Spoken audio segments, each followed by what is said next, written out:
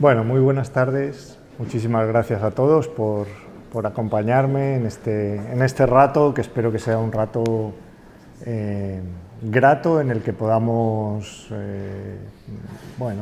intercambiar opiniones, reflexiones, comentarios en torno siempre a la literatura, ¿no? Muchísimas gracias a Isabel Jiménez Caro y a Raúl Quinto por su invitación, se lo agradezco de verdad. Yo puse hace unos días en las redes sociales que me encantaba venir a este ciclo por tres motivos.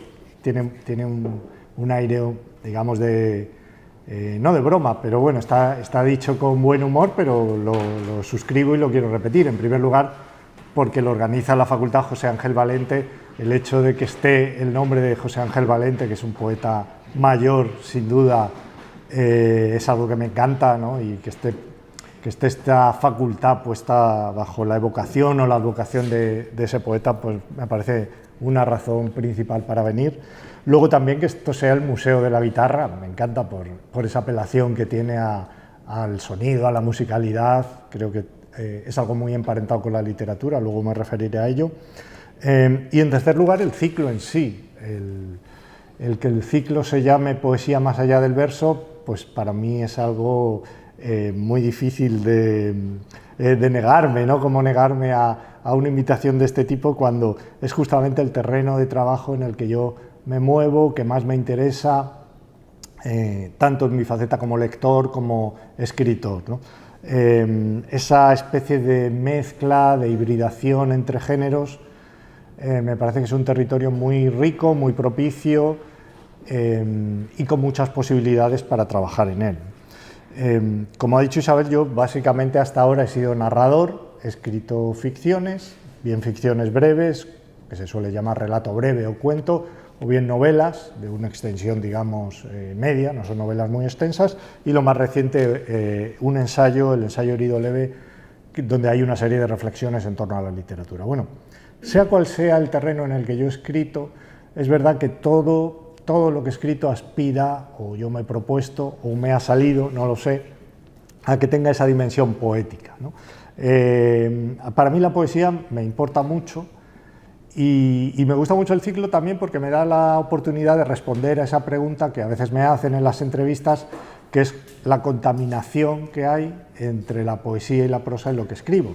Entonces, bueno, como en las entrevistas el espacio es limitado, pues uno puede contestar algo breve. Aquí puedo ser un poco más exhaustivo, sin llegar a cansarlos, por supuesto, pero bueno, me he obligado a mí mismo a reflexionar sobre este tema, que es un tema que me apasiona y que nunca, digamos, había fijado en palabras de esta manera, ¿no?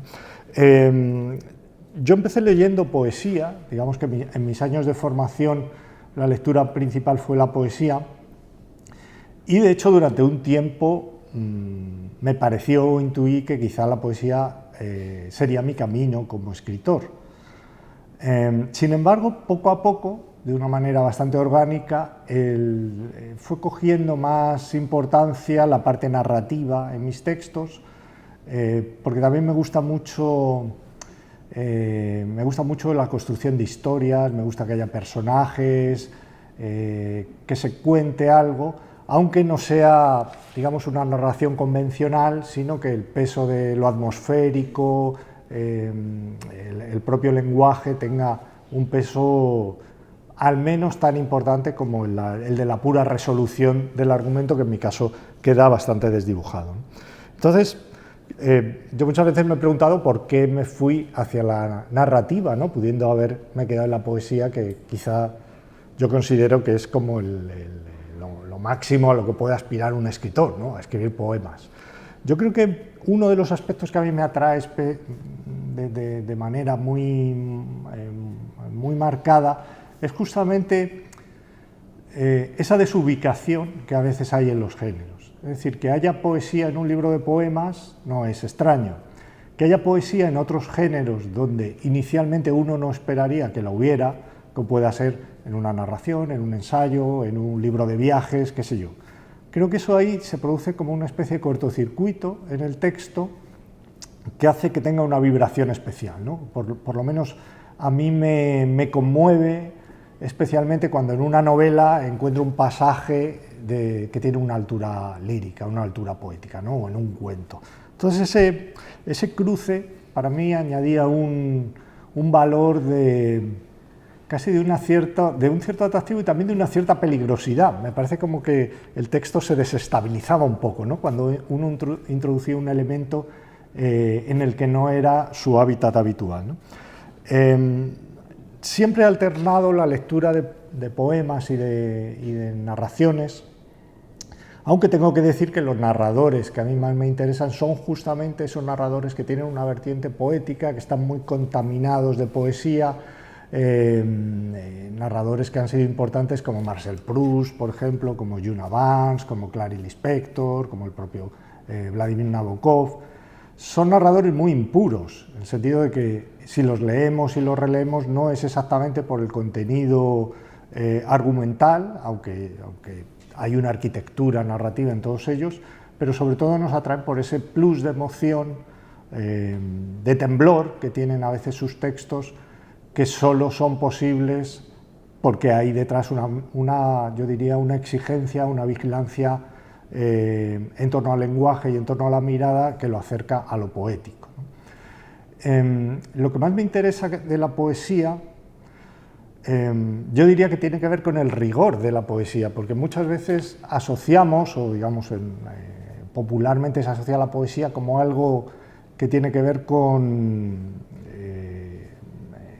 desahogos sentimentales, ¿no? Esa poesía que uno escribe a lo mejor adolescente, que asocia con la poesía romántica, poemas de amor, con una cierta vaguedad en sus términos, cuando yo creo que eso es una idea equivocada, es un tópico equivocado. Realmente, por lo menos la impresión que yo tengo como lector y como admirador de la poesía, es que si se caracteriza por algo, es justamente por la absoluta precisión que tiene. O sea, para mí hay casi una ciencia de la poesía, aunque parezca contradictorio, ¿no? Porque la poesía, por supuesto, es una ciencia desde la emoción. La poesía nos emociona, pero hay un trabajo tan riguroso, creo, con el lenguaje, que es casi, yo diría, matemática del lenguaje, si se pudiera decir en estos términos, ¿no? Entonces, para mí, el gran imán, el gran atractivo que tiene la poesía viene de ahí, no tanto como esa vaguedad sentimental, sino como una herramienta que permite mirar el mundo y, hasta donde podemos decir, interpretarlo, desentrañarlo desde el absoluto rigor, desde la absoluta precisión. Creo que lo que nos admira de un poema, de cualquier poema, es justamente esa sensación de está diciendo algo, está acercándose a algo, a una verdad que no puede ser dicha de otra manera, ¿no? Hay ahí algo, un grado de depuración en el lenguaje y en los conceptos que yo creo que lo hace único, ¿no? Entonces, creo que algo que he aprendido de la poesía es justamente que la literatura no es un duplicado del mundo, no es una transposición del mundo. No es que por un lado esté el mundo y la literatura lo que es una especie de fotocopia de lo real, de la realidad. Yo creo que el arte lo que nos dice es que quizás no haya una realidad objetiva, sino que esa realidad se crea en cada página que escribimos, o en cada película, o en cada obra de arte, ¿no? Es decir, la realidad la tenemos que construir, y una herramienta para construir la realidad es a través del lenguaje, a través de la dimensión verbal que todos tenemos. Creo que eso, cuando uno contempla desde ahí la literatura, me parece que invita a un acercamiento creativo a las obras. No es el mejor escritor el que hace un calco más exacto de lo real, puesto que eso es prácticamente imposible, sino aquel que nos descubre lo real, lo revela en su página. Entonces, fuera de esa página, fuera de esa literatura, no existe un modelo previo, no existe un calco, ¿no? Entonces, creo que ahí interviene un aspecto de la literatura y específicamente de la poesía, que es toda la capacidad simbólica que tiene la literatura y toda la vertiente metafórica, que a mí es lo que más me interesa. Es decir, yo no admiro un texto porque se parezca a la calle o a lo que ocurre en el mundo, sino por la capacidad que tiene de recrear o de crear o de nuevamente prácticamente de la nada hacer surgir algo que antes no estaba, ¿no? Eso creo que es uno de esos aspectos vertiginosos que produce la poesía, porque a mí la poesía es un género que me produce vértigo, y yo quería que ese vértigo, por lo menos parte de ese vértigo, trasladarlo a la prosa, trasladarlo a la narración y ver qué ocurría, ¿no? Qué efectos produce y qué metamorfosis, ¿no? Entonces, creo que hay una primera influencia muy clara, que es la que tiene que ver con el lenguaje, ¿no? Con esa precisión a la que me he referido sobre el lenguaje, teniendo en cuenta siempre los aspectos de musicalidad de los textos, porque aunque la literatura siempre lo asociamos a algo escrito, a algo que se conserva, que tiene signos, que es un texto en un papel, también hay un aspecto auditivo, ¿no? Creo que la literatura se escucha, la literatura se oye y la literatura tiene que sonar, ¿no? Yo por lo menos intento que lo que escribo tenga esa melodía, vamos a decir, ¿no? Y a veces el trabajo del escritor justamente es descubrir ese sustrato melódico sobre el que se construye la historia, ¿no? Entonces la poesía no es tanto para mí una cuestión de palabras, una cuestión de retórica, sino una forma de mirar el mundo, de enfrentarse al mundo, y por lo tanto puede haber poesía en cualquier género, en la propia poesía, pero también en la prosa o en cualquier otro género, ¿no? Ese es un primer aspecto que me parece interesante y relacionado con esa capacidad simbólica o esa capacidad metafórica está la parte imaginativa, en el sentido literal de construir imágenes, ¿no? Otra cosa que me parece muy destacable de la gran poesía y por contagio de la gran literatura es la capacidad que tiene de producir imágenes visuales. Yo creo que en todas las grandes obras de la literatura, todos los grandes escritores, cuando abrimos cualquier libro, empieza a producirse ahí un desfile de imágenes, empiezan a surgir fotogramas y todos vemos el libro en la cabeza, todos tenemos en la cabeza el libro que estamos leyendo y vemos a los personajes y vemos a las situaciones. Esa capacidad de despertar nuestro sentido visual es algo que yo creo que también se puede apreciar muchísimo en la literatura, ¿no? Hay un poema de Gil de Viedma que se llama, muy conocido, que se llama La calle Pandrosou, donde habla de un viaje que el poeta hace a Atenas y se refiere concretamente a esa calle, y el primer verso del poema dice: bien amadas imágenes de Atenas, ¿no? Ya tenemos ahí en primer lugar la visibilidad, la visualidad como un elemento conductor de la electricidad del poema. Y la última estrofa de ese mismo poema de La calle Pandrosou de Gil de Viedma dice, es un poema que siempre me ha acompañado y que me he repetido a veces, dice: era un lunes de agosto, después de un año atroz, recién llegado, me acuerdo que de pronto amé la vida porque la calle olía a cocina y a cuero de zapatos. Es un poema que me parece prodigioso porque es de una sencillez total, no hay ningún énfasis, ninguna grandilocuencia por parte del escritor, pero a través de esa sencillez llega a una epifanía, ¿no? Ese momento en que uno, de repente, por un simple olor a cocina y a cuero de zapatos, toma conciencia de la vida y descubre, en este caso, ese momento de enamoramiento, ¿no? O de reenamoramiento de la vida. Entre los aspectos que podemos citar, que a mí me han servido de la poesía para escribir prosa, dentro de los muchos que hay, yo citaría un recurso que viene directamente de la poesía y que yo creo que los narradores hemos tomado, que es el de la enumeración caótica, ¿no? Lo que suele llamarse la enumeración caótica, que si recordáis los poemas de Neruda, de La residencia en la tierra, por ejemplo, o de Octavio Paz, Piedra de Sol, sobre todo yo creo que la literatura latinoamericana, de la que yo me alimenté bastante durante mis años de formación, a mí ese aspecto me fascinaba muchísimo, ¿no? Encontrarte en una página una enumeración caótica. Solemos referirnos a ello como enumeración caótica porque no hay una jerarquía establecida, ¿no? El puente de unión, tal vez, entre esa enumeración de la poesía y la prosa, quizás sea otro, pero al menos yo me lo explico de esta manera, está en esas dos páginas del Aleph de Borges, si recordáis El cuento de Borges es maravilloso, cuando se supone que hay una pequeña esfera en un sótano de Buenos Aires en las que, si uno mira fijamente la esfera, ve el universo completo, ¿no? Ese es el Aleph. Entonces Borges nos convence a lo largo de dos páginas memorables, para mí de las más hermosas que hay en nuestro idioma, que estamos viendo el universo.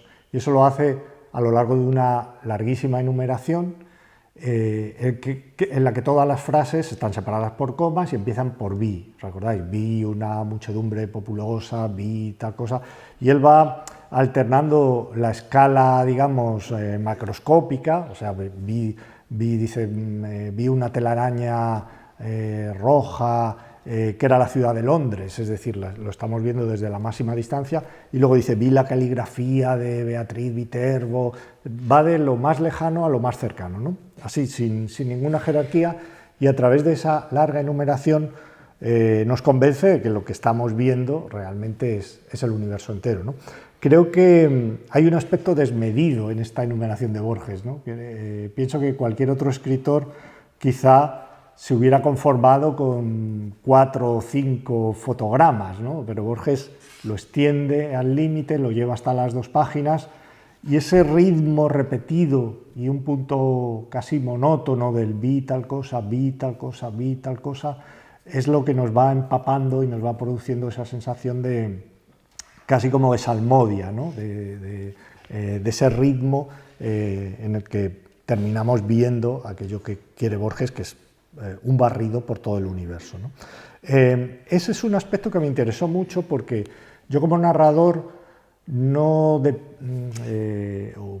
digamos que mi mayor interés no estriba tanto en la resolución argumental, sino en otros aspectos. Cuando tú lo que escribes no tiene un sustrato argumental muy sólido, es decir, no se trata de descubrir un asesinato, descubrir un enigma, descubrir un misterio, como ocurre en la narrativa clásica, en los cuentos de Edgar Allan Poe, por ejemplo, ¿no? Hay un misterio y el cuento es un poco la serie que lleva a la resolución de ese misterio. En mi caso, como no es así, tengo que apoyarme en otras cosas. Si yo no tengo el argumento, ¿en qué me apoyo? Pues en la construcción de atmósferas, básicamente, en el lenguaje y una especie de hilo conductor que a mí me permite sostener una cierta estructura en el cuento es la enumeración, ¿no? A lo largo de los libros que he escrito, creo que en todos ellos hay enumeraciones, me produce un placer especial escribir enumeraciones. Por citar un ejemplo y leer algún fragmento que nos pueda servir para conversar, en el segundo cuento de Velocidad de los Jardines, o en el tercer cuento, mejor dicho, titulado Los puntos cardinales.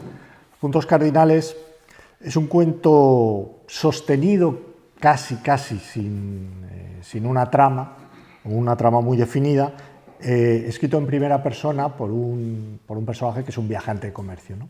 La primera frase del cuento dice: soy un viajante de comercio taciturno, ¿no? Que esto, bueno, si tenéis curiosidad por la génesis de los cuentos, esto es curioso porque fue de esas frases que te invaden de repente, o que se te presentan de repente. Un día yo iba por la calle y casi como el que se da así un golpe con la farola porque va distraído, pues apareció una frase en mi cabeza que era: soy un viajante de comercio taciturno, ¿no? Y a partir de ahí yo dije, bueno, ¿qué hago yo con esta frase, ¿no? Porque, por supuesto, yo no era viajante, yo tenía 20 y tantos años, era estudiante, ni mi padre era viajante, ni nadie en mi familia era viajante, ni conocía a ningún viajante. Sin embargo, yo creo que la literatura tiene esa característica casi invasora, que a veces algo se te dicta algo, alguien te dicta algo, y a partir de ahí tú tienes que inventarte o construir qué hago yo con esta frase, ¿no? A partir de soy un viajante de comercio taciturno.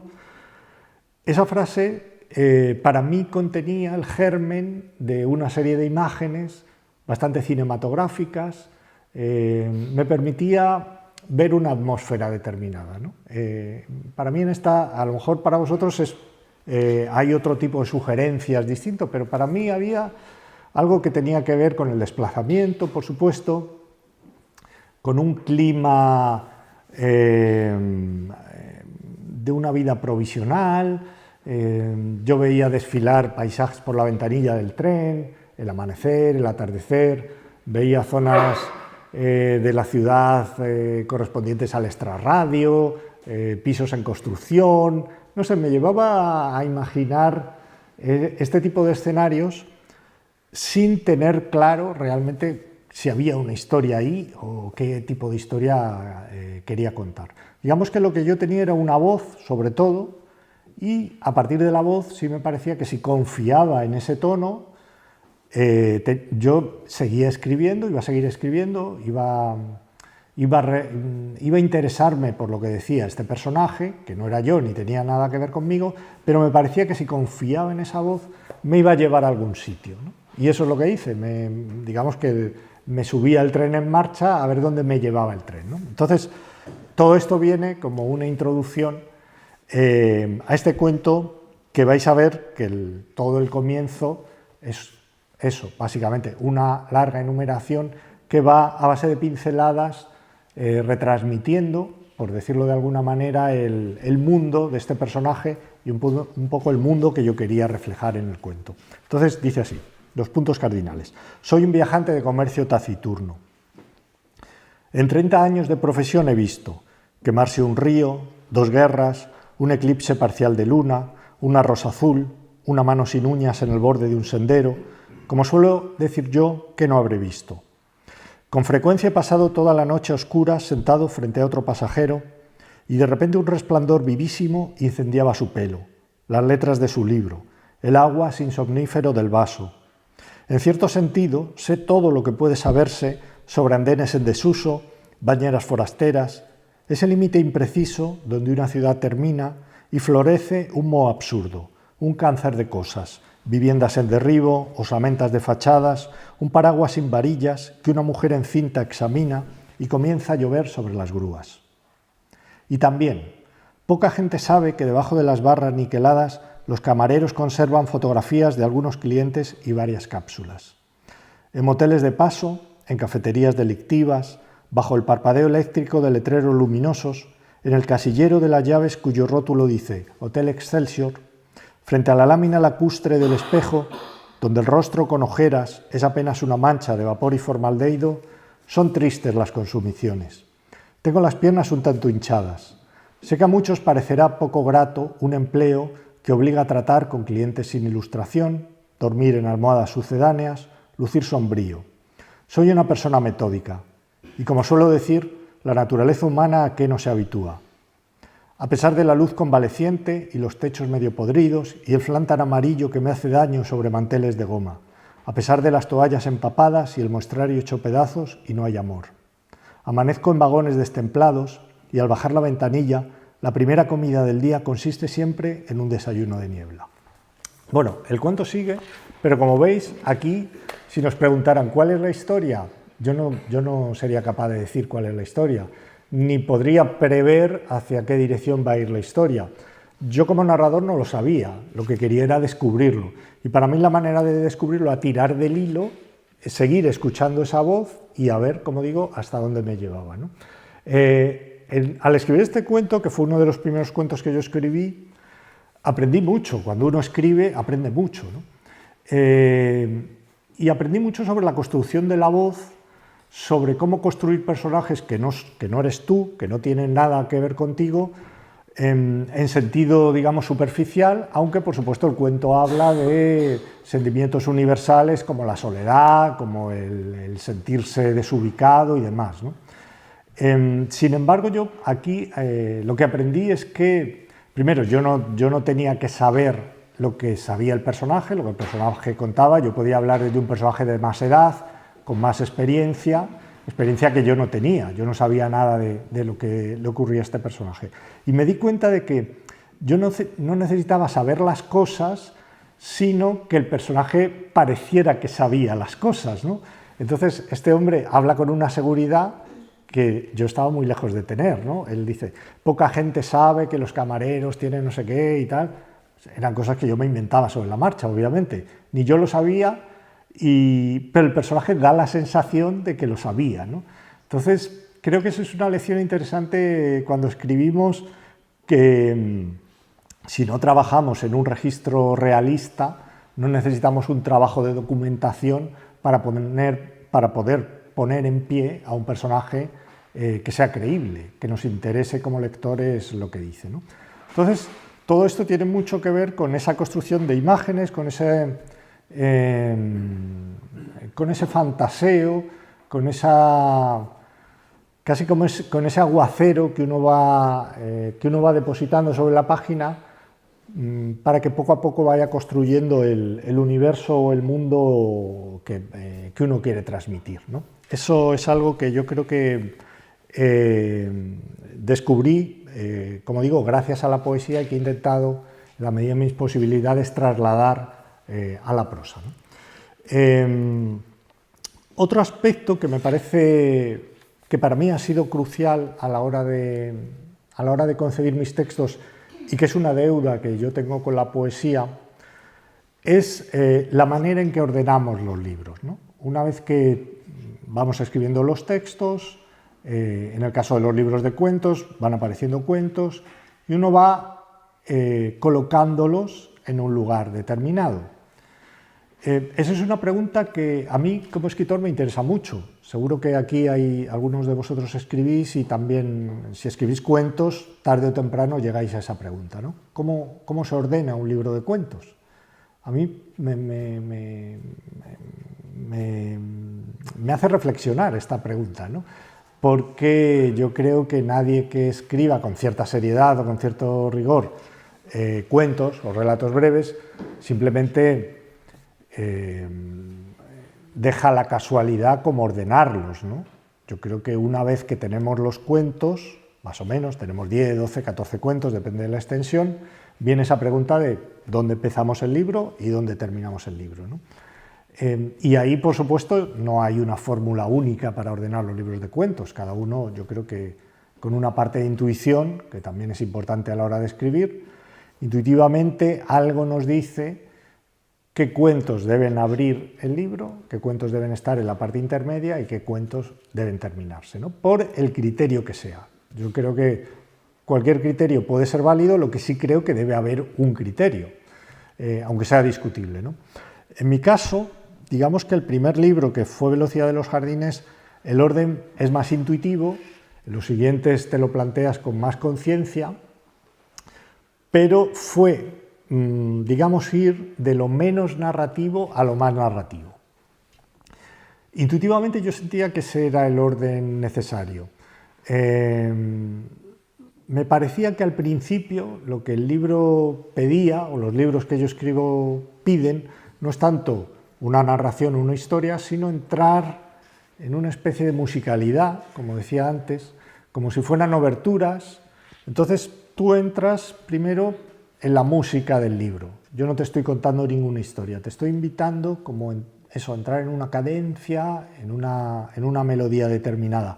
Y a partir de ahí, si tú decides quedarte, si decides acompañarme en ese trayecto al que yo te invito, que eres muy libre de no aceptar, por supuesto, y cerrar el libro y decir, no, prefiero otra cosa, y yo eso lo respeto. Pero digamos que si decides acompañarme en ese viaje, poco a poco, eso que en principio es pura atmósfera, se va concretando de manera también muy orgánica, muy natural, y va ganando peso la narración, y la atmósfera, digamos, que tiene menos peso, ¿no? Pero a mí me gusta que sea de una forma muy suave, casi que el lector no se dé cuenta, ¿no? Entonces, muchos lectores empiezan mis libros y dicen, bueno, es que al principio me costó trabajo entrar porque como no cuenta nada, estuve a punto de dejarlo, eso también me lo dicen a veces en club de lectura, eso. Yo empecé tu libro y te confieso que estuve a punto de dejarlo. Le di un poco más de oportunidad y luego vi que sí me iba enganchando, me iba interesando, ¿no? El libro, que al principio, vamos a decir, es más cerrado, se va abriendo poco a poco al lector, es decir, va siendo más amable con el lector, si me permitís decirlo de esta manera, y el lector también va acostumbrándose al tono del libro y va adaptándose y va aceptando más ese tipo de literatura. Ese punto de extrañeza que hay al comienzo, a mí me parece interesante porque Personalmente, como lector o como espectador, yo agradezco un poco que me saquen de mi zona de confort, ¿no? Que me sacudan un poco, que no tenga claro qué estoy viendo, ¿no? Cuando empiezo una película de una manera rara y dices, pero esto es un documental o qué es, o empiezas un libro y dices, uy, esta voz no sé, no acabo de entenderla. Si uno le concede cierto espacio a esa escritura y poco a poco va adaptándose, me gusta esa evolución en el que tú te adaptas al libro y el libro se adapta a ti. Me parece que ahí se crea un diálogo que puede ser más rico quizá que un libro que desde el primer momento sabes lo que vas a leer y el libro te confirma tu sensación inicial, ¿no? Yo creo que el libro tiene que jugar en el mejor sentido con el lector, no dárselo todo hecho, sino proponer un diálogo en el que el lector también, por supuesto, participe y ponga de su parte para que haya realmente, se dé la literatura, ¿no? Es decir, yo creo que la literatura no es algo que yo hago solo, ni que el lector hace solo, sino ese punto como intermedio que hay entre la mirada del lector y lo que el libro le propone. Ahí es donde quiero llegar, ¿no? Entonces, yo pienso mucho cómo empiezo los libros, porque para mí es desde dónde quiero partir, ¿no? Como si fuera un viaje, es un viaje en tren, desde dónde quiero partir y a dónde quiero llegar. Esas son, digamos, las dos preguntas que yo como escritor me considero obligado a responder. Y luego en medio, creo que no es tan determinante el orden de los cuentos de en medio, también tiene su importancia, pero no me parece tan determinante como el arranque y el cierre, ¿no? Ahí creo que es donde un escritor verdaderamente se la juega más, ¿no? Puedes perder al lector o puedes ganarlo o estableces qué tipo de pacto o de contrato o de convenio estableces con el lector. Entonces, por poner un ejemplo también de un fragmento, en Técnicas de iluminación, que es el tercer libro que yo escribí, digamos que aquí lo que en Velocidad de los jardines era intuitivo, aquí sí lo planteé de una forma más premeditada y sabía que quería el cuento menos narrativo de todos, es un cuento que se llama Fotosíntesis y es poco más que un paseo o un acompañamiento de un paseo, tomando como pretexto un escritor como Robert Walser, que sabéis que es un escritor suizo que dedicó parte de su vida pues, a pasear, fue muy vagabundo, muchos de sus textos son divagaciones o exploraciones en torno al paseo, al vagabundeo, y esa noción me interesaba mucho como para proponer al lector, ¿no? Vamos a pasear juntos, ¿no? Entonces vais a ver que al principio, creo que vais a ver, no hay una historia clara, una historia nítida, sino esa especie de invitación a entrar en un universo literario determinado, ¿no? Se titula Fotosíntesis el cuento y lleva un subtítulo que dice acompañando a Robert Walser, ¿no? Y dice, uno camina y camina, camina a la sombra, camina al sol, no deja de caminar nunca, despacio o rápido dependiendo de los días. Da vueltas en círculo, se empapa con la lluvia y se seca con la luz. ¿Por qué caminar tanto? No hay respuesta, no hay tiempo para analizarlo. Se trata de caminar, sin más, y se camina. Adelante, siempre adelante. Por gusto, por hartazgo, por necesidad, a través de puentes y espesuras y concavidades y encrucijadas y lunes. Se atraviesan bosques, conventos, se empujan masas de aire con las piernas, se desplazan bolas de humo, se cruzan ríos parecidos a locomotoras, se tarda un mar o dos en llegar. Cuando por fin se alcanza un destino, nada más amanecer allí, sin tiempo para descansar ni refrescarse la nuca, se emprende el camino de regreso. No hay necesidad de asentarse. La tarjeta del buzón es la confirmación de un fracaso. Los problemas empiezan siempre con una dirección postal. El nido es la tumba del pájaro. Todas las llaves, todas las acuña Belcebú. Cuando uno nace, el mundo está a medio hacer, y cuando uno lo abandone, seguirá poco más o menos lo mismo. Nada funciona como es debido, pero es que nada tampoco ha llegado a fastidiarse de manera concluyente. Así hasta la extenuación o el infarto, hasta la siguiente parada. No hay prisa. Uno pisa barro, pisa escombros, pisa flores mojadas, pisa libros, sube y baja escaleras, mastica oxígeno o piñones, se peina con el canto de las manos, estornuda para adentro, Olfatea carretillas cargadas de remolachas, torres de heno, cestas de huevos. Descorcha una botella de sidra, a la salud de los presentes. Se zambulle en ciertos cuerpos nocturnos que debajo del corsé huelen a resina y a leche recién ordeñada. Respira músicas, las acaricia. Bueno, el texto sigue y como veis es casi como una especie de vals, ¿no? Es un texto bailable. No me interesaba en principio, como digo, la construcción de ese enigma argumental, sino vamos a ver qué puede salir de esta música, ¿no? La sensación que yo tengo cuando ordeno los libros, como escritor y también como lector, es que creo que ha ido ganando cada vez más la conciencia de que ese orden es importante. Y yo, por ejemplo, cuando empecé a interesarme por la literatura, por los libros de relatos, veía que a veces se publicaban libros que eran una mera colección de cuentos que no tenían nada que ver unos con otros, ¿no? Yo creo que eso, tengo la impresión, también como profesor, con las clases que doy en los talleres y demás, que eso se ha ido abandonando y que cada vez tenemos más sentido de responsabilidad con respecto al cuento que construimos, ¿no? al libro que construimos. Me parece que hay una tendencia, no necesariamente a escribir libros de cuentos unitarios, pero sí que haya una cierta unidad, no de una manera muy drástica ni muy tajante, pero que no sean una simple suma de piezas aleatorias, sino que haya un concepto más o menos común en el cual se puedan encuadrar todas las piezas del texto, ¿no? Y en mi caso, por lo menos, y pienso que en otros también, esto viene directamente de la poesía, o sea, lo hemos aprendido en los poetas. Los poetas generalmente, también hay excepciones, aquí hay poetas que me pueden llevar la contraria, pero creo que generalmente en los libros de poemas responden a un concepto que muchas veces está expuesto incluso en el mismo título, ¿no? El título del libro de poemas implica un acercamiento, una pequeña poética o una declaración de intenciones de lo que nos vamos a encontrar dentro, ¿no? En mi caso ocurre igual, técnicas de iluminación es ya casi una toma de postura, ¿no? O un anuncio de lo que te puedes encontrar.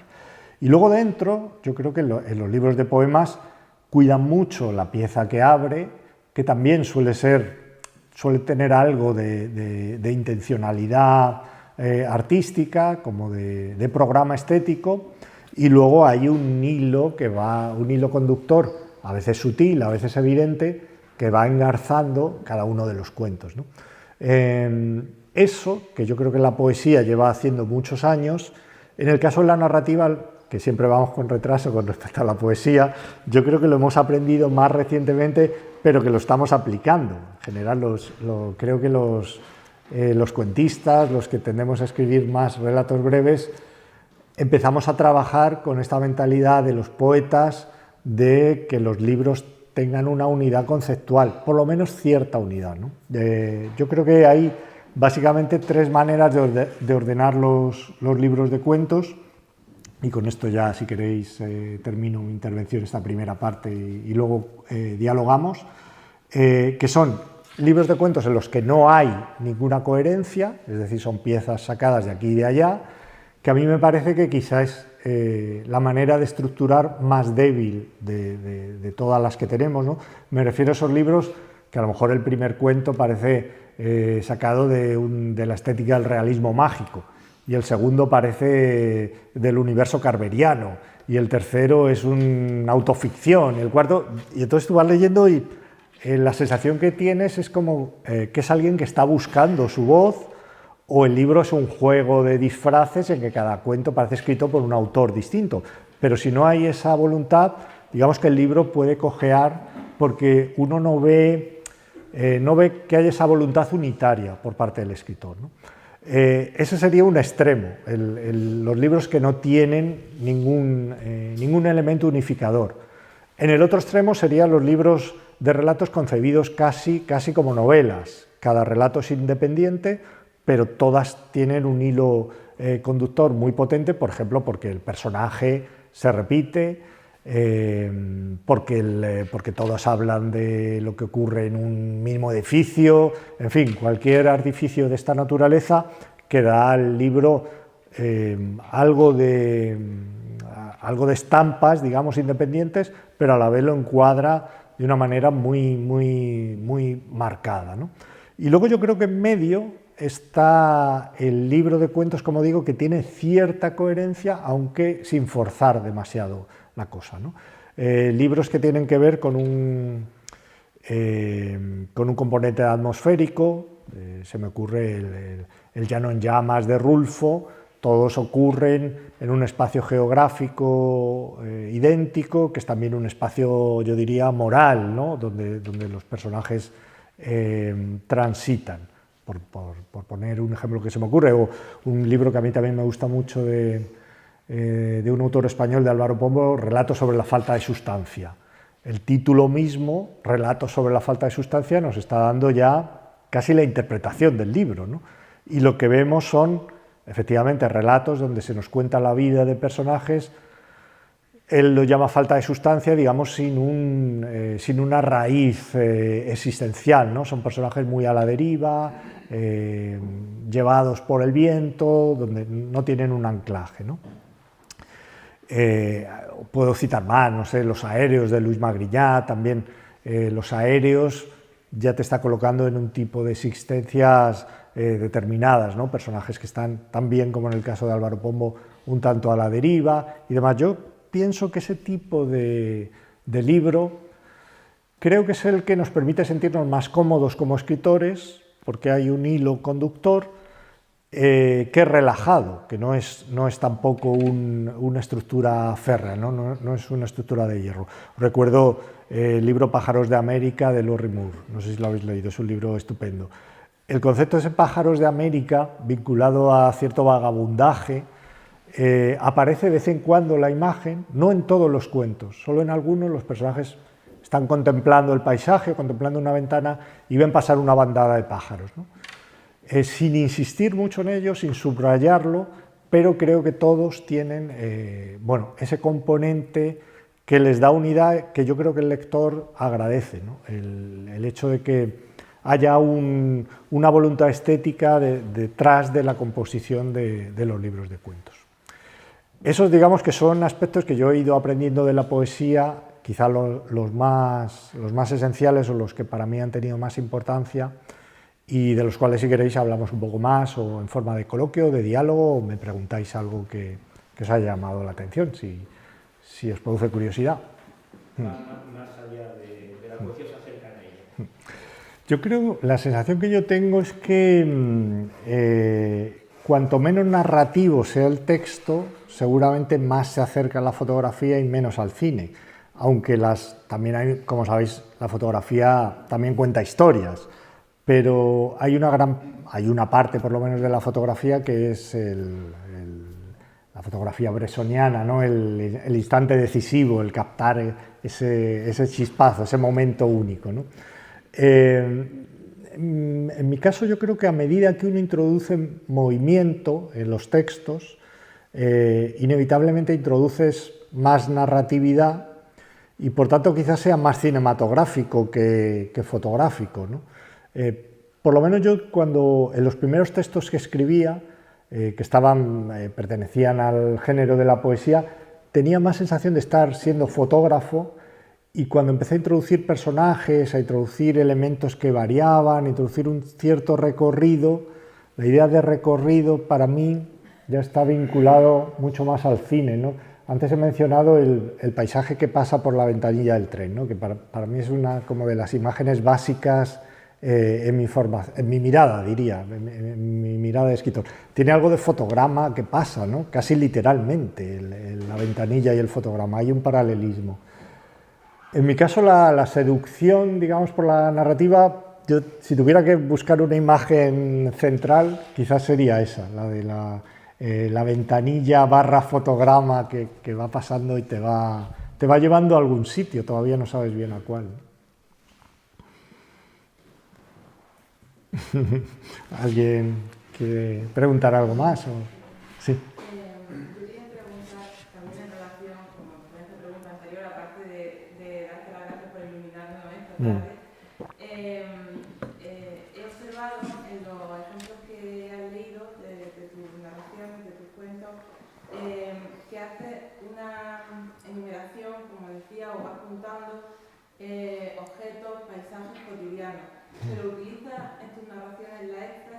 la descripción del sector artístico? Ese es un recurso muy interesante.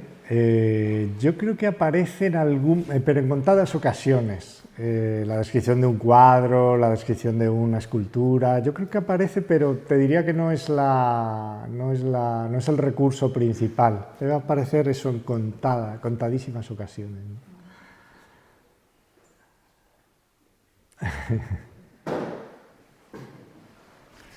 ¿Tenéis alguna duda o curiosidad? A mí me gustaría contar, bueno, Sí. destacar lo que acabas de, bueno, lo que has dicho sobre que tanto los cuentos como los poemas, ¿no?, tienen que tener una relación, sobre todo pues porque el lector se sienta más cómodo, ¿no? Y eso siempre me ha parecido muy costoso en la escritura, ¿no? Que tengas una visión, cuando estás escribiendo sobre un cuento, de lo que va a venir después. Claro. Y creo que es bastante complicado, por lo menos lo creo así, tanto en prosa como en poesía, ¿no? Porque la creación está como, lo más creativo está en el principio y fin de tu producto, del producto del escritor, ya sea un cuento o sea una poesía. Entonces, vincularlo con los demás cuando ya los has escrito, no con una idea previa, sino cuando ya está hecho, me parece bastante interesante y difícil, ¿no? Claro, yo te diría, para quitar un poco de peso a lo que he dicho, o de drama, o sea, que no parezca que hay que generar como una jaula en la que tengo que meterlo todo, ¿no? Yo creo que a veces, yo he conocido escritores un poco obsesionados con la unidad de los libros. Me parece que también hay que relajarse, ¿no? Por eso yo he hablado de una cierta unidad. Creo que también hay piezas que pueden salirse del esquema. Porque uno no lo tiene todo pensado cuando escribimos, o sea, no nos engañemos. Surgen elementos sobre la marcha que tú vas incorporando o no vas incorporando. Entonces, en el tema de la unidad de los libros, yo creo que la sensación que yo tengo, por mi experiencia, es que ni desde el principio lo tienes planteado. A mí me parecería muy frío decir, voy a escribir todos los cuentos sobre X, no sé qué tema, sobre el que queráis, ¿no? En el caso de técnicas de iluminación, por ejemplo, yo no me propuse, voy a escribir todos los cuentos que tengan que ver con la luz o con un momento en que el personaje tiene esa epifanía, porque me hubiera bloqueado, la verdad. Me hubiera dicho, hombre, es una idea interesante, pero claro, hay que ponerse ahí casi con pico y pala, ¿no? Como a hacerlo. No surge así, sino que yo por lo menos empiezo a escribir cuentos sin una idea predeterminada, ¿no? Pero cuando llevo unos meses o un año o el tiempo que sea escribiendo, detecto que involuntariamente todos los cuentos tienden a algo que no de forma muy cerrada ni muy categórica, pero construye como un núcleo, ¿no? Entonces, esto te puede ocurrir cuando llevas a lo mejor medio libro o llevas 2/3 partes. O sea, tú estás escribiendo cuentos así un poco al azar, ¿no? Y te parece que no tienen nada que ver. Pero un día lo relees y dices, hombre, me parece que aquí, por ejemplo, puede estar esa idea, en mi caso, de técnicas de iluminación, la idea del personaje que en un momento dado está perdido en su vida, va buscando y tiene ese momento epifánico en que la cosa ve, ¿no? Ve con claridad. Entonces, a partir de ahí, tú sí trabajas con la conciencia de lo que has hecho, pero ya el libro, digamos que está en marcha, o sea, tú te subes un poco en marcha. Yo cuando empecé a escribirlo no tenía ni el título se me ocurre en una fase bastante avanzada del libro. Entonces yo creo que, por eso te digo que hay que relajarse, ¿no? No debemos exigirnos tenerlo claro antes de empezar a escribir, porque yo creo que eso nos quita libertad, ni tampoco dejarlo todo al azar y que, bueno, pues ya se ordenará solo, ¿no? Vamos a intentar una cosa intermedia que nos aporte cierta estructura y cierta solidez sin agarrotarnos, ¿no? Por otro lado, yo pienso que a veces escribimos relatos y pensamos que no tienen nada que ver unos con otros, ¿no? Yo he escrito un cuento, a los 2 meses he escrito otro, no se parecen en nada. Bueno, no se parecen en nada, si luego tú lo lees al cabo de un año, de año y medio, resulta que sí se parecen, porque los has escrito en una época, que responde a un momento mental tuyo. Entonces, suelen coincidir, o sea, hay una unidad emocional, digamos. No hablo ni de temas, ni de... Simplemente una unidad emocional e intelectual. Tú estás en un momento de tu vida determinado y el libro es una fotografía más o menos exacta o más o menos aproximada de ese momento. Entonces, sí se parecen más de lo que a veces pensamos. Seguramente si tú escribes 10 cuentos en 2 años, se van a parecer más entre sí que lo que escribas 5 años después. Tiene toda la lógica. Has vivido, has experimentado otras cosas, has leído otros libros que te han alimentado, ya eres distinto, no eres la misma persona, ¿no? Entonces, yo te diría que no nos obsesionemos mucho con el tema de tengo que encontrar una unidad, porque seguramente la tienen, y a veces es descubrirla lo que cuesta trabajo. O sea, interiormente esa unidad tú ya la has hecho intuitivamente, pero tienes que descubrirla. ¿Qué rasgo común hay? A lo mejor es un rasgo temático, aparece la familia en todos tus cuentos, bueno, pues ahí tienes un marco. O es algo más atmosférico, más sutil, depende, ¿no? Pero yo te diría que quizá dicho así suena como muy complicado de hacer, pero hay que vivirlo con naturalidad y como parte del proceso que yo siempre insisto que debe ser algo muy orgánico, ¿no? Sin forzar nada. A mí tampoco me gustan los libros que están muy forzada desde fuera la unidad, ¿no? Todos los cuentos suceden en un parque temático, ¿no? O todos los cuentos no sé qué, o todos narran una ruptura amorosa. Dices, bueno, a lo mejor me apetece escribir 4 de ruptura amorosa, pero igual al quinto ya me empieza a resultar forzado, ¿no? Sí. Me llama la atención que a la hora de explicarnos todo este universo, cuando hablas de la técnica eres narrador, pero la emoción es de poeta. Entonces me pregunto si no tienes poesía escrita o un tipo de escribir un libro de poesía.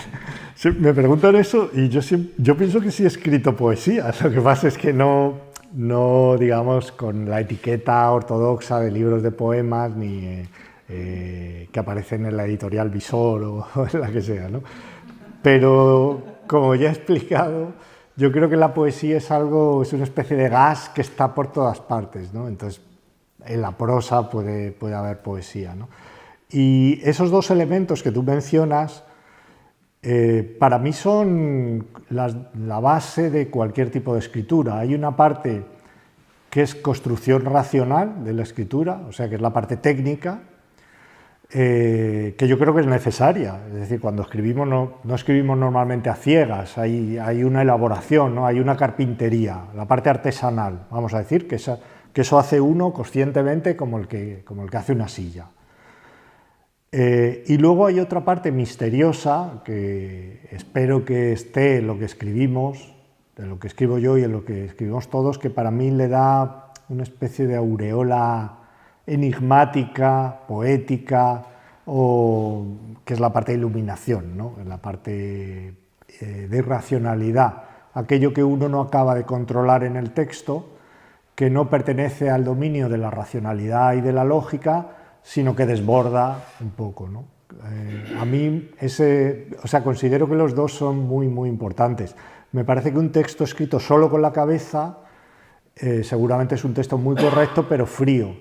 Y un texto escrito solo a golpe de corazón, pues seguramente tenga momentos hermosos y momentos caóticos, ¿no? Para mí el secreto está cómo equilibrar esas 2 partes, ¿no? Sin que ninguna anule a la otra, sino que la potencie, ¿no? Hay momentos de la escritura que todo surge a borbotones, yo creo que suelen ser momentos muy gozosos, ¿no? Pero eso hay que dejarlo luego enfriar y someterlo a una criba, a una poda, que intervenga la técnica. Y al revés, yo creo que textos que nacen con cierta rigidez, creo que es bueno que en algún momento se desborde, ¿no? que se desmande. A mí me gusta mucho cuando estoy leyendo un libro y veo que en determinados momentos se le ha ido, ¿no? Como que yo lo noto como lector, esto se le va. Y me parece también bonito que un escritor tenga ese punto de arrojo de permitir que el texto se le vaya un poco, que no lo domine, ¿no? Esto se ve mucho en textos de Cortázar, de Julio Cortázar, ¿no? Yo como lector hay momentos que veo que se le va. O sea, él empieza a escribir de jazz o se deja llevar y se le va. Pero no importa que se le vaya, ¿no? Desde el punto de vista de la ortodoxia, a lo mejor un profesor te diría, no, pero esto hay que cortarlo, ¿no? Porque esto no añade nada, no tiene una función específica. A mí me gustan esos momentos en que no tienen necesariamente una función específica, ¿no? Y uno como lector se pregunta, ¿esto es necesario realmente? Y a lo mejor la conclusión a la que llega es que no es necesario, pero le da algo al texto, le da un sabor, le da algo que si lo quitas, si dejas solo lo necesario, perdería, ¿no? Creo que cuando escribimos cuentos nos enfrentamos un poco a ese tópico tan repetido de que el cuento tiene que ser un objeto perfecto, que habréis oído, ¿no? Cuidado, que nada sobre, que nada falte, que no haya una frase de más, un párrafo de más. Y yo siempre me rebelo porque creo que eso nos constriñe mucho, nos maniata mucho, ¿no? Yo pienso que si analizamos los grandes cuentos podemos encontrar cosas que a lo mejor sobran, a lo mejor faltan y no merman la belleza de un cuento de Chekhov, de un cuento de Cheever, de un cuento de Borges. Me parece peligrosa esa idea, ¿no? Nos encorseta mucho. Creo que cuando escribimos debemos luchar precisamente contra el encorsetamiento, ¿no? Tenemos que ganar espacios de libertad, no lo contrario. Sí. Hace unos días cuando buscaba en internet el libro de poesía que le vinculaba a usted con esta actividad, Sí. que evidentemente, digo, ¿qué libro de poesía de Tizón me he perdido? No, ninguno.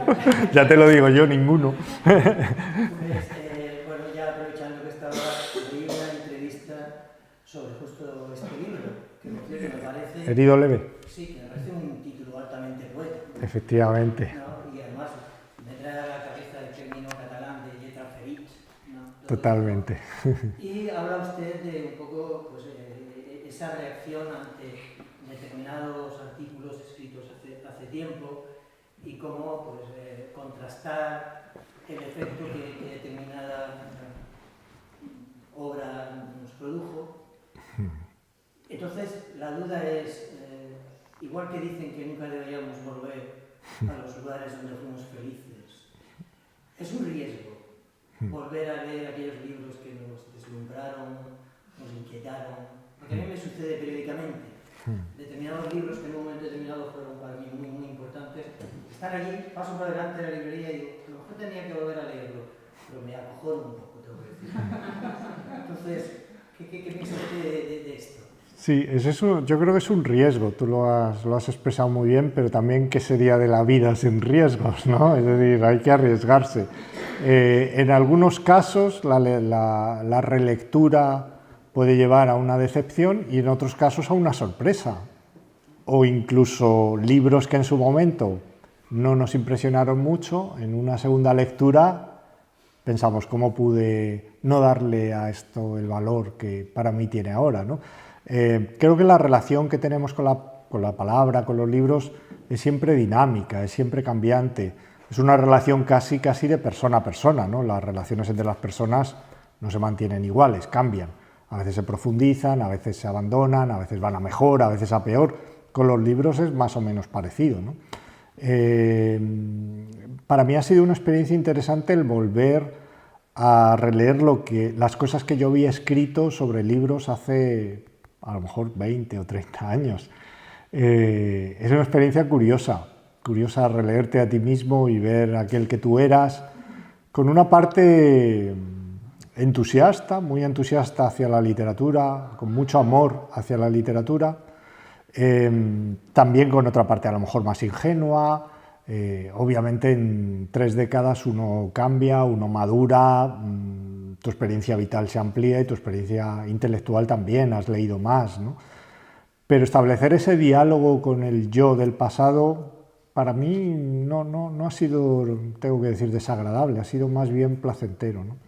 Y sobre lo que decías del título lo has visto a la perfección. Cuando yo me planteaba cómo titular este libro, siempre, bueno, las primeras ideas que vienen a la cabeza son la familia semántica relacionada pues, con la biblioteca, con la lectura, no acababa de convencerme, y en un momento dado, bueno, se me ocurrió la idea Herido Leve y pensé, es un título propio de un libro de poesía, y me gustó que un libro de naturaleza ensayística viniese precedido por un título poético, ¿no? Porque, bueno, creo que también hay ahí una toma de posición, una vez más, con respecto a lo que ha sido la literatura para mí. Creo que en Herido Leve hay ya una definición de lo que es la literatura, y sobre esa dimensión poética que yo intento que tenga todo, incluso los textos de literatura. O sea, yo creo que en Herido Leve hay fragmentos bastante poéticos, porque pienso que se puede hacer literatura hablando de literatura, ¿no? Que no está reñido. A mí el ensayo que me gusta, o al que yo puedo aspirar, no es un ensayo académico, no es un ensayo ortodoxo, sino es un ensayo pues, con cierta dosis de subjetividad, con cierta dosis de poesía, por supuesto. Donde el lector encuentre también pequeños destellos, pequeñas sugerencias, pequeñas narraciones también en torno a los escritores, en torno a sus universos, a sus manías, ¿no? A mí me divierte mucho la idea de contar la vida de los escritores, no por cotillear, porque eso no me interesa nada, ¿no? Pero cuando cae en tus manos un libro que te ha producido una sensación poderosa, no es en vuestro caso, en mi caso es imposible resistirme a la tentación de, bueno, pero ¿quién es esta persona? ¿De dónde ha salido? ¿Qué ha hecho? ¿No? Entonces vas a la biografía y te enteras pues, que vivió la Revolución Rusa y tuvo que exiliarse y vivió no sé dónde y tal. Y todo eso traza como un mapa interno que hasta cierto punto, y sin exagerar, pero explica o alumbra partes de la obra, ¿no? Me parece difícil, no sé, leer cualquier novela de Nabokov y bueno, conocer algo de su vida, y esa vida de alguna forma, bueno, explica la obra, ¿no? O de Marina Tsvetaeva, o de Chiver, o de quien sea, ¿no? A mí me gusta mucho esa imagen de Chiver cuando ahora que lo nombro, hubo una época que Chiver vivía en Nueva York, y él se dedicaba a escribir, pero vivía en un edificio de estos, en un rascacielos, y él cogía el ascensor junto a los otros oficinistas de su bloque de viviendas a primera hora de la mañana, y se ponía el único traje que tenía, John Cheever, con su corbata, y se mezclaba con los otros oficinistas que iban con sus trajes y sus corbatas, y bajaban al edificio, y todo el mundo se iba a sus despachos de abogados, a sus agencias de publicidad, y Cheever se iba al sótano, donde tenía un pequeñísimo estudio, donde escribía al lado de las calderas, debía hacer un calor infernal, y él se quitaba el disfraz, porque él iba disfrazado, se quitaba el disfraz de oficinista y se pasaba la mañana en calzoncillos escribiendo en el sótano aquel, ¿no? A mí esa imagen, desde que la leí, no puedo separarla de los cuentos de Cheever. Ahora cuando leo un cuento de John Cheever, que es un cuentista maravilloso que os recomiendo si no lo habéis leído porque os va a dar muchísimo placer, veo a aquel hombre en calzoncillos, sudando, escribiendo sus textos. ¿Se puede leer los cuentos de Cheever sin saber esto? Por supuesto que sí, se pueden disfrutar, pero si lo sabes, añade algo, ¿no? Añade una especie de grano, de pimienta, que lo hace más humano todavía al escritor, ¿no? Lo hace más cercano, más asequible. Yo veo a los escritores no como dioses, no como semidioses, no como gente que hay que venerar y ponernos de rodillas, sino, por supuesto, tratarlos con todo respeto. Yo les trato con todo respeto, pero también con cierta cercanía. Creo que encontrar esa distancia adecuada, ¿no? Entre la veneración y bueno, entender que también tuvieron sus problemas, sus dificultades, cometieron equivocaciones, tomaron decisiones equivocadas. Todo eso hace que, bueno, que veas que los escritores no son de otra pasta, son como cualquiera de nosotros, solo que, bueno, pues los dioses les dieron un talento a veces desmesurado, ¿no? Que en ocasiones les dificultó para la vida cotidiana. Claro, a veces el excesivo talento te complica mucho la vida.